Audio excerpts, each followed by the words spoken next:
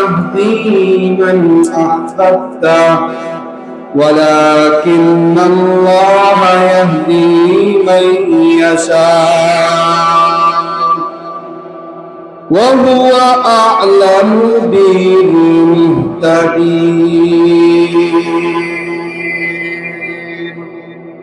صدق الله مولانا العظيم وصدق رسوله النبي الأمي الكريم ونحن على ذلك من الشاهدين والشاكرين والحمد لله رب العالمين. وقال النبي صلى الله عليه وسلم من أحب سنتي فقد أحبني ومن أحبني كان معي في الجنة. وقال تعالى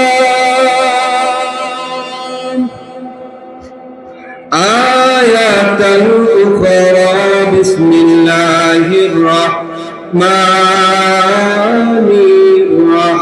الرحيم إن الله وملائكته يصلون على النبي يا أيها الذين آمنوا صلوا عليه وسلموا تسليما. আমরা মুহাব্বতে দুরূদ ইব্রাহিম পড়ে আল্লাহুম্মা সাল্লি আলা মুহাম্মাদিন ওয়া আলা আলি মুহাম্মাদ কামা সাল্লাইতা আলা ইব্রাহিম ওয়া আলা আলি ইব্রাহিম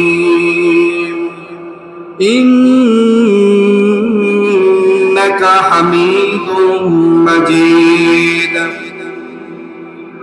اللهم بارك على محمد وعلى آل محمد كما باركت على إبراهيم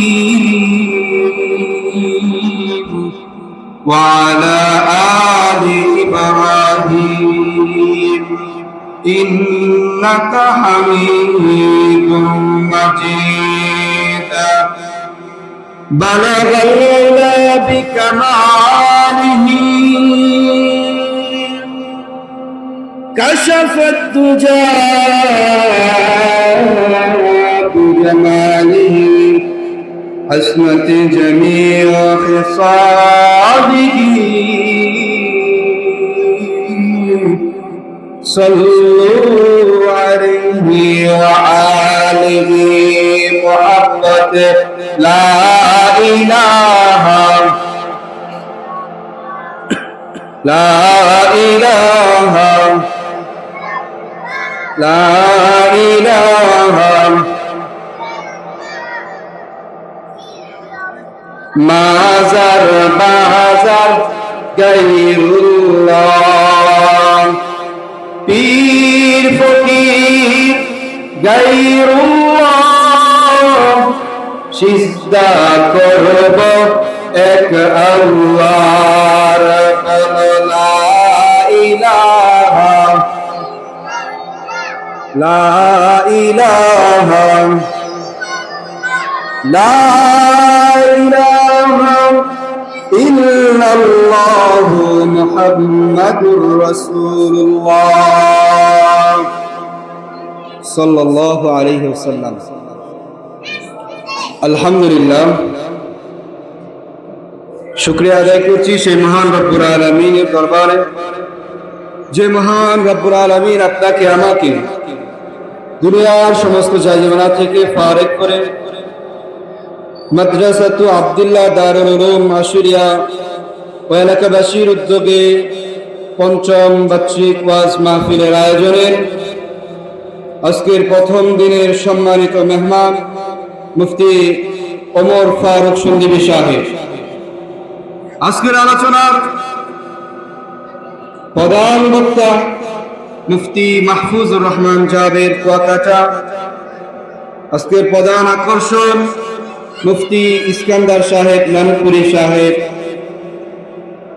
আজকে আরো মঞ্চে উপবিষ্ট বাংলাদেশের তাজ ওলামা ইকরাম ও সামনে উপবিষ্ট ইসলাম প্রিয় তাওহীদি জনতা, সকলকে জানাই আন্তরিক মোবারকবাদ ও আল্লাহ তাআলার পক্ষ থেকে শান্তিময় বাণী সালাম এবং শুকরিয়া আদায় করছি সেই মহান রব্বুল আলামিনের দরবারে, যে মহান রব্বুল আলামিন আপনাকে আমাকে একটি জান্নাতের পরিবেশে আসার বসার তৌফিক দান করেছেন। সকলেই বলেন আলহামদুলিল্লাহ।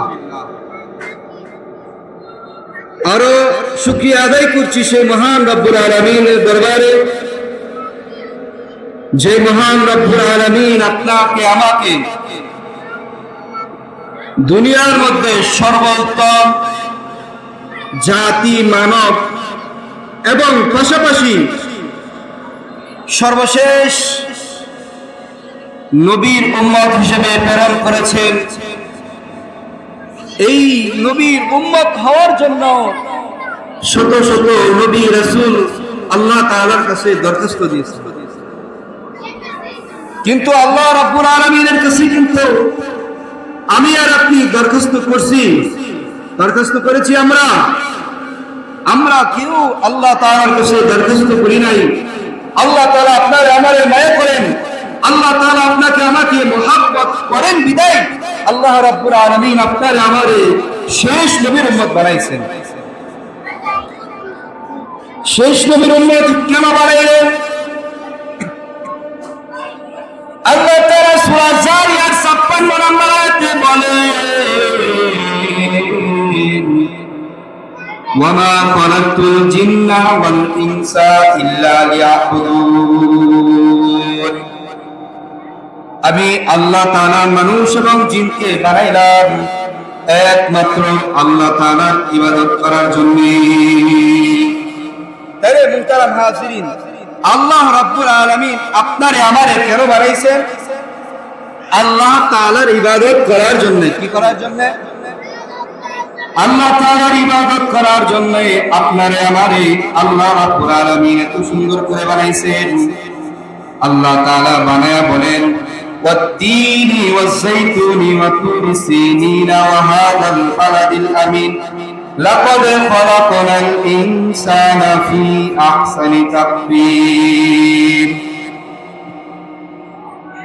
আল্লাহ তাআলা বলেন, আমি মানুষকে এত সুন্দর করে বানাইলাম, মানুষ শুধু আমি আল্লাহ তাআলার ইবাদত করবে, আমি আল্লাহ তাআলার ইবাদত ছাড়া আর কারো কাছে মাথা নত করা যাবে না। আমরা তো প্রতিনিয়তই নেতার কাছে, খেতার কাছে, বিভিন্ন ধরনের কাছে মাথা নত করি। আল্লাহ তাআলা বলেন মাথা নত করা যাবে না, আল্লাহ তাআলাকে ছাড়া অন্য কারো পায়ে সিজদা দেওয়া যাবে না। মুহতারাম হাজিরিন, এত সহজে কি আমরা ইসলাম পেয়েছি? আমরা তো খুব সহজে ইসলাম পেয়েছি। এই ইসলাম পাওয়ার জন্য আপনার আমার রক্ত দেওয়া লাগে নাই। রক্ত দেওয়া লাগছে কি বলেন? আপনার আমার রক্ত দেওয়া লাগে নাই, আপনার আমার দান শহীদ করা লাগে নাই, আপনার আমার রক্ত ঝরানো, ঘাম ফেলানো লাগে নাই। এত সুন্দর ইসলাম আমি আর আপনি পেয়েছি। কিন্তু দেখেন ইসলামের পূর্বে যুগে ইসলাম কেমন ছিল? ইসলাম এমন একটা পর্যায়ে ছিল, ইসলামের দাওয়াত প্রকাশ্যভাবে দেওয়া যেত না। এই জন্য আল্লাহর নবী সাল্লাল্লাহু আলাইহি ওয়াসাল্লাম তার সবচেয়ে প্রিয় চাচা আবু তালেবের ইন্তেকালের সময় আল্লাহর নবী সাল্লাল্লাহু আলাইহি ওয়াসাল্লাম আল্লাহ নবী সাল্লাল্লাহু আলাইহি ওয়াসাল্লাম তার চাচার কাছে বসে গেছেন। চাচার কাছে বসে কালেমার তাশকিল দিতেছে আর বলতেছে, চাচা একবারের জন্য কালেমা পড়েন, কালেমা পড়েন। চাচা একবার কালেমা পড়েন, একবার কালেমা পড়েন। বারবার বারবার তাশকিল করে কালেমা পড়ার জন্য। তখন আল্লাহ তাআলা ফেরেশতাকে পাঠায়া জিবরাইল আলাইহিস সালাতু ওয়াস সালামকে পাঠায়া দিলেন। পাঠায়া দেয়া আল্লাহ তাআলা আয়াত নাযিল করলেন, ইন্নাকা লা তাহদি মান আহবাবতা ওয়ালাকিন্নাল্লাহা ইয়াহদি মান ইয়াশা। আল্লাহ তাআলা ওহী প্রেরণ করে পাঠায়া দিয়া বলেন যে আপনি হেদায়েতের মালিক নন, হেদায়েতের মালিক একমাত্র আল্লাহ তাআলা। বলেন তো দেখি হেদায়েতের মালিক কে? হেদায়েতের মালিক একমাত্র আল্লাহ তাআলা। বারবার বারবার আল্লাহ নবী সাল্লাল্লাহু আলাইহি ওয়াসাল্লাম চাচাকে তাশকিল করেন। তাশকিল করে চাচা একবারের জন্য আপনি কালেমা পড়েন, লা ইলাহা ইল্লাল্লাহ মুহাম্মাদুর রাসূলুল্লাহ শুরু করেন। কিয়ামতের ময়দানে জান্নাতে নেওয়ার জন্য আমি রাসূল দাঁড়ায়া যাব। কিন্তু চাচা কালেমা পড়ে না, কালেমা পড়ে না।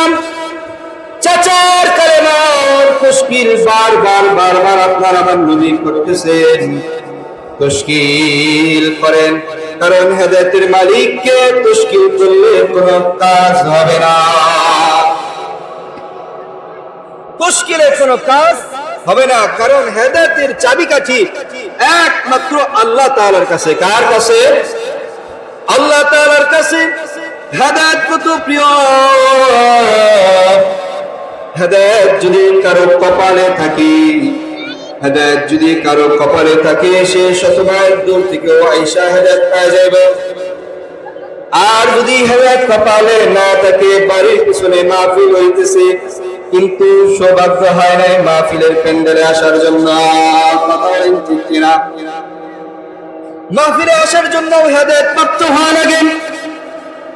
আর আপনি যদি বারবার বারবার ওয়াজ করে বলি, মাহফিলে আসেন, মাহফিলে আসেন, কোরআনের ময়দানে আসেন, কোন কাজ হবে না। কারণ আল্লাহ তাআলা বলেন, ইন্নাকা লা তাহদি মান আহবাবতা ওয়ালাকিন্নাল্লাহা ইয়াহদি মান ইয়াশা। আল্লাহু আ'লামু বিল মুহতাদিন। আল্লাহ যাকে ইচ্ছা করেন হেদায়েত দান করে থাকেন। মুহতারাম হাজিরিন, হেদায়েত তো প্রিয়, তো প্রিয়। হেদায়েত যার কপালে একবার হয়ে যায়, আল্লাহ তাআলার নবী সাল্লাল্লাহু আলাইহি ওয়াসাল্লাম মক্কার ভিতরে কঠোর আইন জারি হয়ে গেল। ইসলামের দাওয়াত কেউ দিতে পারবে না, পার্লামেন্টে আইন হয়ে গেল। কেউ কোনো ধরনের কথাবার্তা বলতে পারবে না একজনের আরেকজনের সাথে। কোন আগন্তুক যদি মক্কার ভিতরে প্রবেশ করে, কেউ কারোর সাথে কথা বলতে পারবে না। এইভাবে বারবার বারবার করে তাকে এই কথা বলে দেওয়া হয়েছে, এই কথা বলে দেওয়া হয়েছে। এইভাবে যখন তাশকিল করা হয়েছে, মুহতারাম হাজিরিন, হেদায়েত আল্লাহ তাআলা যাকে চান তাকে দেন। হেদায়েতের মালিক একমাত্র আল্লাহ তাআলা। এখনো সেই নওজোয়ান যুবক ইসলাম গ্রহণ করে নাই। হযরত আবু যর গিফারি গিফার অঞ্চল থেকে তার মনোনীত হয়েছে মক্কার ভিতরে এমন একটা নবী আসবে, এমন একটা পয়গম্বর, এমন একটা রাসূল আসবে যে নাকি ইসলামের দাওয়াত দিবে, যে নাকি সত্যের বাণীর দাওয়াত দিবে। এই কথা শুনিয়া আবু যর গিফারি গিফার অঞ্চল থেকে সফর করে মক্কার ভিতরে এসে গেছেন। মাতাফে বাইতুল্লাহর ভিতরে বসে গেছেন। মাতাফে বাইতুল্লাহর ভিতরে বসে বসে চিন্তা ফিকির করে যে কোন ব্যক্তিকে দেখা যায় সুন্দর সুদর্শন, যাকে সুন্দর লাগবে, সুদর্শন লাগবে, সেই রাসূল, সেই রাসূল, রাসূল, এইভাবে সে মাতাফের ভিতরে বসে গেছেন। মুহতারাম হাজিরিন, যেটা বলতেছিলাম, হেদায়েত যদি কারো কপালে থাকে তাহলে দূর থেকেও আল্লাহ তাআলা তাকে হেদায়েত দান করেন। গিফার অঞ্চল থেকে মক্কার ভিতরে আল্লাহ তাআলা হযরত আবু যর গিফারিকে পাঠায়া দিলেন এবং আবু যরের ভিতরে ঈমানের নূর ঢুকায়া দিলেন। ঈমানি নূর আবু যরের ভিতরে আল্লাহ তাআলা দিয়া দিলেন। আর আবু যর সেই গিফার অঞ্চল থেকে সফর করে মক্কার ভিতরে এসে গেছেন, মাতাফের ভিতরে বসে গেছেন। মুহতারাম হাজিরিন, ভালো করে বুঝবেন, সেই গিফার অঞ্চল থেকে চলে আসছেন ইসলামের প্রতি আকৃষ্ট হয়ে। ইসলামের তো সুন্দর বাণী, তখন ইসলামের করুণ অবস্থা ছিল, প্রকাশ্যে ইসলামের দাওয়াত দেওয়া যাইত না। তখন মক্কার ভিতরে আইন জারি হয়েছিল, কেউ কোন আগন্তুক আসলে তার সাথে কথা বলতে পারবে না, কোন আগন্তুক আসলে তার সাথে কোনো কথাবার্তা টোটালি ভাবে নিষেধ, এবং এক মুসলমান অপর মুসলমানের সাথে কথা বলতে পারবে না। এইভাবে পার্লামেন্টের ভিতরে আইন জারি করে দিয়েছেন। আর এটা বলে দিয়েছেন যে কেউ যদি ইসলামের প্রতি, কেউ যদি ইসলামের আইন এবং ইসলামের দাওয়াত দেয় তাহলে তাকে কতল করা হবে, তাকে হত্যা করা হবে।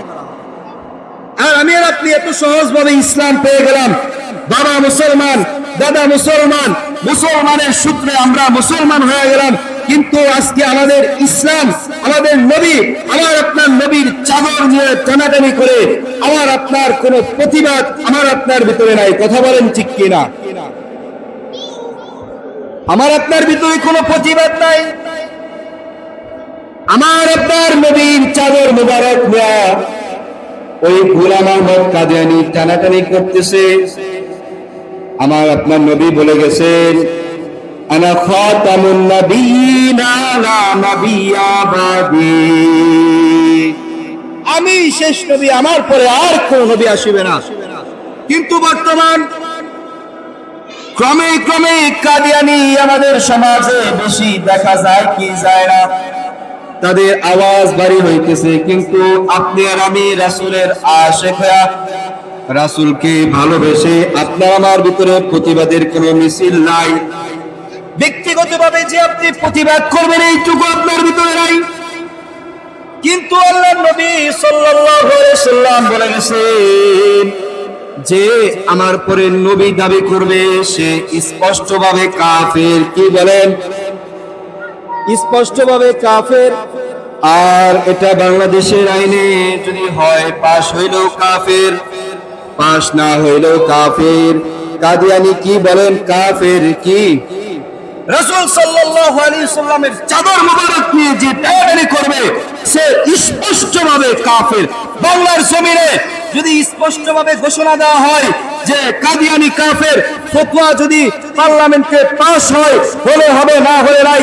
কিন্তু উলামায়ে কেরামগণ একজোট হয়েছেন, উলামায়ে কেরামগণ বলেছেন কাদিয়ানী কাফের, কাফের, কাফের। কারণ আল্লাহ তাআলা বলে, মা কানা মুহাম্মাদুন আবা আহাদিন মির রিজালিকুম ওয়ালাকিন রাসূলুল্লাহি ওয়া খাতামান নাবিয়্যিন। আল্লাহ তাআলা নবীকে বলেছেন শেষ নবী। কোরআনের ভিতরে বলেন ওয়া খাতামান নাবিয়্যিন, শেষ নবী আপনার আমার নবী। আপনার আমার নবীর পরে যে কালেমা দাবি করবে, যে নবী দাবি করবে, সে স্পষ্ট ভাষায় স্পষ্টভাবে সে কাফের। মুহতারাম হাজিরিন, যেটা বলতেছিলাম, হেদায়েতের মালিক একমাত্র আল্লাহ তাআলা। হেদায়েত আল্লাহ যদি চায় তাহলে আমি আর আপনি হেদায়েত প্রাপ্ত হব, আর যদি আল্লাহ তাআলা না চায় তাহলে হেদায়েত পাইব না। শত চেষ্টা করলেও হেদায়েত আপনার আমার কপালে জুটবে না। এই জন্য আল্লাহ তাআলা বলে, ইন্নাকা লা তাহদি মান আহবাবতা ওয়ালাকিন্নাল্লাহা ইয়াহদি মান ইয়াশা। আল্লাহ যাকে ইচ্ছা চান হেদায়েত দান করেন। নবীজির চাচা আবু তালেব এত কাছের তবুও হেদায়েত পায় নাই। এত কাছের নবীর চাচা হয় তাও হেদায়েত পায় নাই, কিন্তু আবু যর গিফার অঞ্চল থেকে আল্লাহ তাআলা কবুল করে ফেলছেন। কবুল করে আল্লাহ তাআলা মাতাফে বাইতুল্লাহর ভিতরে নিয়ে আসছেন আবু যর গিফারিকে। আবু যর গিফারি রাদিয়াল্লাহু তাআলা আনহু তখনও মুসলমান হয় নাই। আবু যরের ভিতরে ঈমানের নূর আল্লাহ তাআলা ঢুকায় দিয়েছেন। আল্লাহ তাআলা বলেন যে আমি হেদায়েতের মালিক, হেদায়েত একমাত্র আমি আল্লাহ তাআলার হাতে। আবু যর গিফারি রাদিয়াল্লাহু তাআলা আনহু গিফার অঞ্চল থেকে ছুটে আসছেন, মাতাফের ভিতরে বসে গেছেন। মাতাফের ভিতরে বসে আবু যর গিফারি রাদিয়াল্লাহু তাআলা আনহু সুন্দর সুদর্শন চেহারাওয়ালা লোক খুঁজে, ভালো চেহারাওয়ালা লোক দেখলে বোঝা যায় কথা বলেন ঠিক কিনা। আমাদের সমাজে ভালো মানুষ খুঁজতে গেলে আমরা যদি ভালো মানুষ খুঁজি, চেহারার দিকে তাকাইলে ভালো মানুষ দেখা যায়, কথা বলেন ঠিক কিনা। চেহারার ভিতরে স্পষ্টভাবে ভালো মানুষ দেখা যায়। আমি আর আপনি যদি দেখি চেহারার ভিতরে স্পষ্টভাবে ভালো মানুষ যদি ভালো মানুষ যদি চেনার জন্য কারো দিকে তাকানো হয়, তাহলে তার চেহারা দেখলে বোঝা যায় এটা ভালো মানুষ।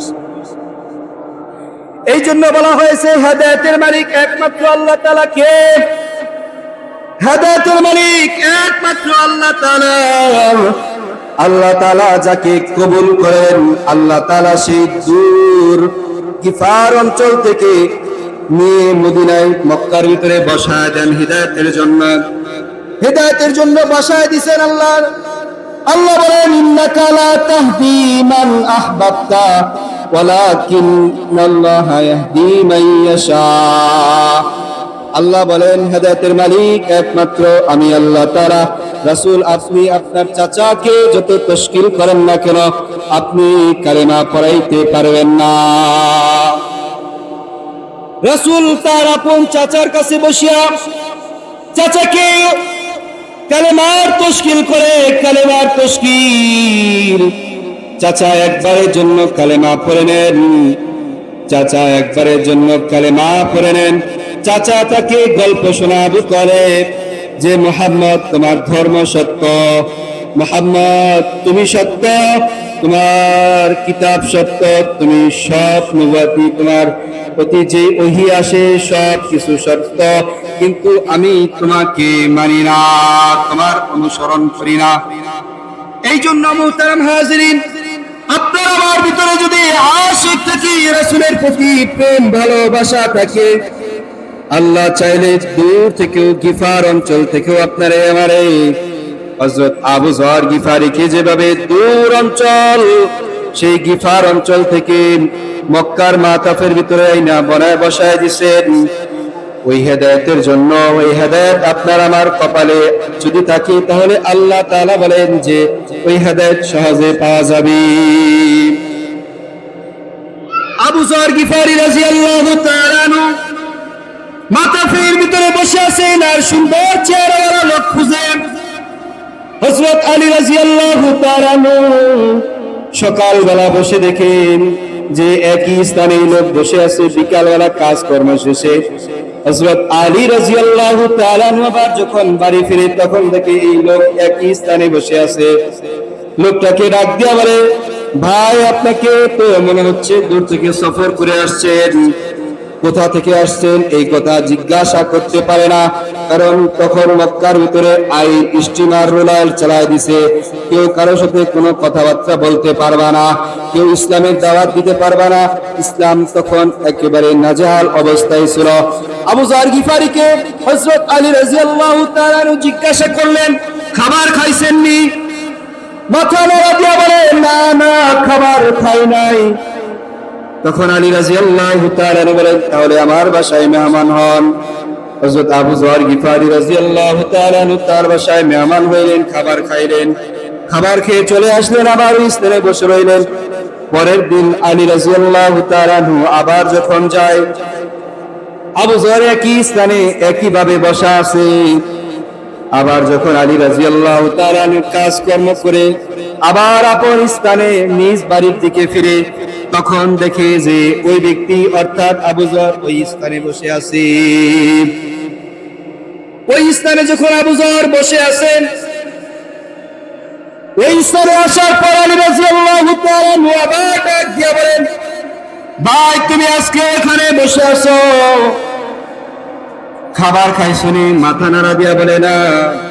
আলী রাদিয়াল্লাহু তাআলা আনহু বলেন, তাহলে চলো আমার বাসায় মেহমানদারি করো। আলী রাদিয়াল্লাহু তাআলা আনহুর বাড়ির মেহমান আবু যর হয়ে গেলেন। আবু যর খানা খেয়ে চলে আসলেন। পরের দিন তৃতীয় দিন একই সেম ঘটনা, খানা খাইছনি? না। চলো বাসায় চলো, খানা খাও।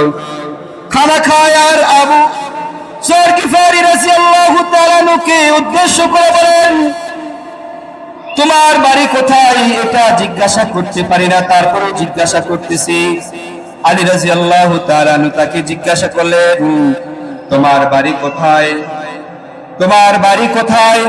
আলী রাদিয়াল্লাহু তাআলা এই কথা জিজ্ঞাসা করার পর আবু যর গিফারি ডাক দিয়ে বলেন, আমার বাড়ি গিফার অঞ্চলে। আলী রাদিয়াল্লাহু তাআলা আনহু বলেন, এখানে কেন আসছো? কোনো কাজে নাকি? বলে, না না, আমি এখানে কোনো কাজে আসি নাই, আমি এখানে এই জন্য আসছি, আমি শুনছি এই মক্কার ভিতরে নাকি একজন মানুষ আবির্ভাব হবে, সে সত্য ধর্মের দাওয়াত দিবে, তিনি ইসলামের দাওয়াত দিবে, কুরআনের দাওয়াত দিবে, একনিষ্ঠ আল্লাহ তাআলার দাওয়াত দিবে। এমন লোক নাকি সে মক্কার ভিতরে আসবে, ওই লোককে খোঁজার জন্য আমি আসছি।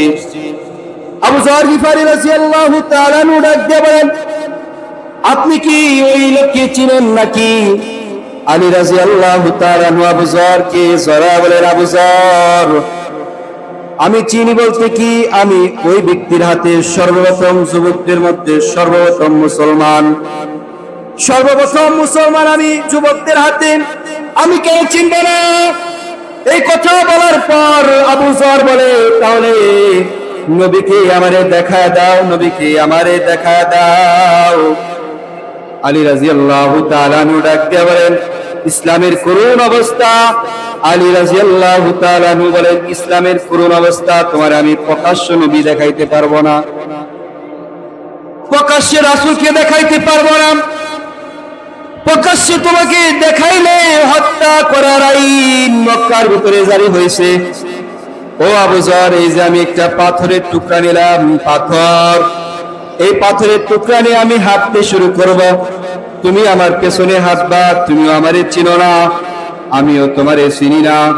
দূর যেই গলির ভিতরে আল্লাহর নবী রাসূল বসা আছে, ওই গলির ভিতরে আমি পাথরটা ফেলে দিব।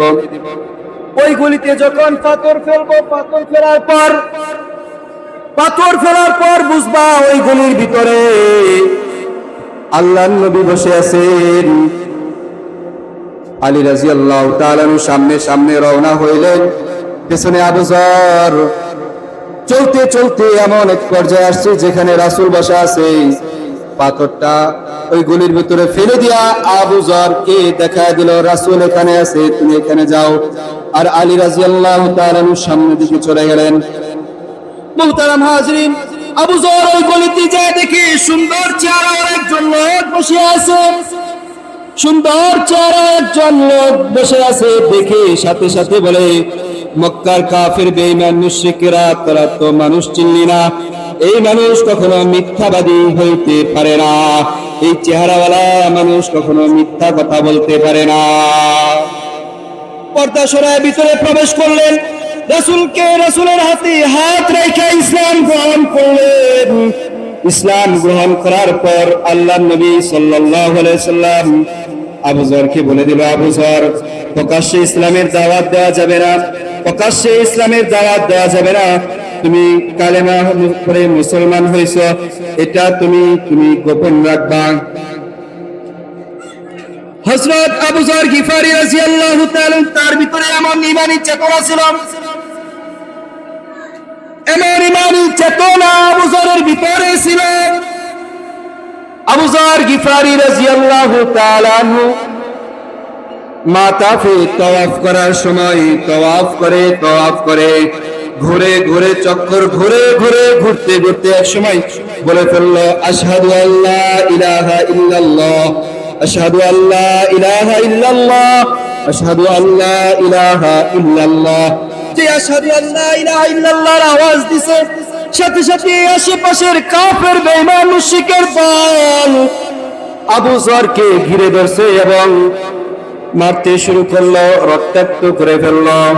হযরত আবু হুরায়রা রাদিয়াল্লাহু তাআলা আনহু দৌড়ায় চলে আসছেন, আসিয়া বলেন কাফের বেঈমান মুশরিক, তোমরা ভালো করে শুনে নাও, এটা এমন এলাকার লোক যেখানে তোমরা শামে যাও ব্যবসার উদ্দেশ্যে, ওই শামে তোমরা যাও ব্যবসার উদ্দেশ্যে, মনে রাখবা গিফার অঞ্চল হয়ে যাইতে হবে। তোমরা যাকে আঘাত করতেছো ও কিন্তু গিফার অঞ্চলের লোক, সাবধানে আঘাত করো। এই কথা বলার পর সকলেই দূরে সরে গেল। পরের দিন আবার আবু যর গিফারি রাদিয়াল্লাহু তাআলা আনহু চক্কর ঘুরে আর তাকবীর দিতে শুরু করে আশহাদু আল্লা ইলাহা ইল্লাল্লাহ, আশহাদু আল্লা ইলাহা ইল্লাল্লাহ, আশহাদু আল্লা ইলাহা ইল্লাল্লাহ। যখন এই তাকবীর দিতে শুরু করলো, আবার কাফের বেঈমানের দলেরা আবু যরকে ঘিরে ধরলো, আবার রক্তাক্ত করলো, আবার সাহাবায়ে কেরাম আসিয়া তাকে এখান থেকে নিয়ে গেল। হযরত রাসূল আকরাম সাল্লাল্লাহু আলাইহি সাল্লামের সামনে যখন নিয়ে যাওয়া হলো, রাসূল সাল্লাল্লাহু আলাইহি ওয়াসাল্লামের সামনে যখন নিয়ে যাওয়া হলো, আবু যর বলেন, আল্লাহর নবী সাল্লাল্লাহু আলাইহি ওয়াসাল্লাম আবু যরকে বলে, আবু যর, তোমার না বললাম প্রকাশ্যে ইসলামের দাওয়াত দেওয়া যাবে না, তারপরে তুমি কেন প্রকাশ্যে আশহাদু আল্লা ইলাহা ইল্লাল্লাহ বললা? আবু যর বলে, আমার ভিতরে ঈমানের এত চেতনা, এই চেতনা আমি রাখতে পারি নাই, এই জন্য আমি সাক্ষ্য দিয়ে দিচ্ছি আশহাদু আল্লা ইলাহা ইল্লাল্লাহ, আশহাদু আল্লা ইলাহা ইল্লাল্লাহ, আশহাদু আল্লা ইলাহা ইল্লাল্লাহ। মুহতারাম হাজিরিন, যেটা বলতেছিলাম যে ইসলাম করুণ অবস্থা ছিল, ইসলামের পূর্ব যুগে এমন সাহাবায়ে কেরাম ছিল তারা ইসলামের জন্য রক্তাক্ত হয়েছে, কিন্তু আমি আর আপনি কোনো রক্তাক্ত হই নাই। বাপে মুসলমান, দাদা মুসলমান সূত্রে আমরা মুসলমান হয়ে গেছি, আমাদের ভিতরে ঈমানী চেতনা নাই। কথা বলেন ঠিক কিনা? যদি আমার আপনার ভিতরে ঈমানী চেতনা থাকতো তাহলে আপনার আমার নবী যাকে আমরা জানের থেকেও বেশি ভালোবাসি, কথা বলেন ঠিক কিনা? বিশ্ব নবী সাল্লাল্লাহু আলাইহি সাল্লামকে আমরা আমাদের জানের থেকেও বেশি ভালোবাসি। মুহতারাম হাজিরিন, ওই রাসূলের চাদর মুবারক ধরে কাদিয়ানী টানাটানি করতেছে, কিন্তু আমার আপনার ভিতরে তার কোনো প্রতিবাদ নাই, আমার আপনার ভিতরে কোনো প্রতিবাদ নাই। যদি প্রতিবাদ থাকতো তাহলে বাংলার জমিনে কোন কাদিয়ানী এই কথা বলতে পারতো না যে গোলাম আহমদ কাদিয়ানী শেষ নবী। সে এক এক সময় এক একটা দাবি করে, ইমাম মাহদী দাবি করে, ঈসা দাবি করে, এক এক সময় এক একটা দাবি করে। আর আল্লাহর নবী সাল্লাল্লাহু আলাইহি ওয়াসাল্লাম বলে গেছেন, যে ব্যক্তি আমার পরে নবী দাবি করবে সে স্পষ্টভাবে সে কাফের। অর্থাৎ যে ব্যক্তি রাসূল সাল্লাল্লাহু আলাইহি ওয়াসাল্লামের পরে নবী দাবি করবে সে স্পষ্টভাবে কাফের। কি কাফের? অর্থাৎ গোলাম আহমদ কাদিয়ানী বাংলার জমিনে এখনো দাবি করে যে সে শেষ নবী। রাসূল সাল্লাল্লাহু আলাইহি ওয়াসাল্লাম বলেছেন, আনা খাতামুন নাবিয়্যিনা লা নাবিয়্যা বাদি, আমি শেষ নবী, আমার পরে আর কোন নবী আসবে না। শোনো তোমরা ভালো করে শোনো, যে ব্যক্তি আমার পরে নবী দাবি করবে সে স্পষ্টভাবে কাফের। বাংলার জমিনে যদি আইন পাশ হয় তাও কাফের, বাংলার জমিনে আইন পাশ না হলে ওই কাদিয়ানী কাফের। কথা বলেন ঠিক কিনা? আমার আপনার রাসূলের চাদর মোবারক ধরে টানাটানি করবে, আমরা মুসলমান হয়ে সেই রাসূলের আশিক, আমরা সেই নবীর উম্মত হয়ে বরদাস্ত করতে পারি না। কথা বলেন ঠিক কিনা? আল্লাহ রাব্বুল আলামিন রাসূলের প্রতি আমাদের সকলের প্রেম ভালোবাসা রেখে দুনিয়া থেকে বিদায় হওয়ার তৌফিক দান করুক। এবং যে আলোচনা হয়েছে আল্লাহ রাব্বুল আলামিন আমাদের সকলকে বোঝার তৌফিক দান করুন। ওয়া মা তৌফিকি ইল্লা বিল্লাহ।